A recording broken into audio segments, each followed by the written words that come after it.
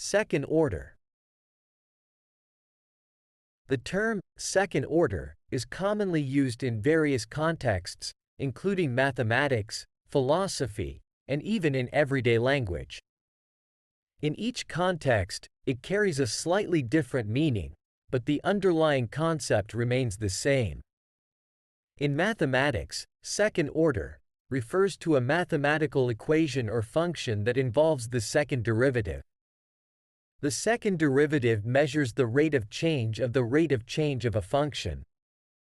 For example, if we have a function that represents the position of an object over time, the second derivative would tell us how the velocity of the object is changing. For instance, consider the function f(x) equals x squared.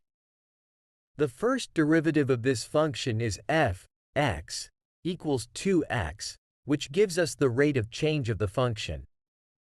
The second derivative, f(x) equals 2, tells us that the rate of change is constant, indicating that the function is concave upwards. In philosophy, second order refers to a level of abstraction or reflection. It involves thinking about or discussing concepts, ideas, or properties of things rather than the things themselves.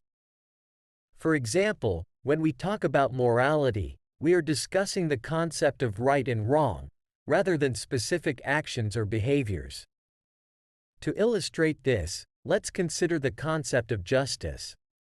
When we talk about justice, we are engaging in second-order thinking. We are not discussing specific cases or instances of justice, but rather the abstract idea of what justice means and how it should be applied in society. In everyday language, second order can be used to describe something that is derived from or influenced by a primary or initial source. It is a way to classify or categorize something that is one step removed from the original. For example, we often use second order to describe emotions or reactions that are not directly caused by a particular event but are a result of how we interpret or perceive that event. Let's say you receive a promotion at work. The primary emotion you might feel is happiness. However, if you also start feeling a sense of pride or accomplishment, that could be described as a second-order emotion. The pride and accomplishment are derived from your interpretation of the promotion and how it aligns with your personal goals and values. In summary, second order is a term used in mathematics, philosophy, and everyday language to describe something that involves a second derivative, a level of abstraction or reflection, or something derived from a primary source. Understanding this term can help you navigate various fields of study and communicate more effectively in English.